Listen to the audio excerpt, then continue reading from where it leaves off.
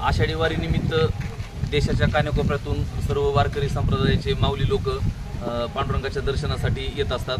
बार्शी हे मराठवाड्याचं प्रवेशद्वार आहे आणि मराठवाडा तसेच विदर्भातील बऱ्याच पालख्या आणि दिंड्या ह्या बार्शी मार्गे पंढरपूरला जात असतात। तर ही आज आपण पाहतोय मानाची पालखी कौंडिण्यपूर देवस्थान तिथली आहे मानाची पालखी।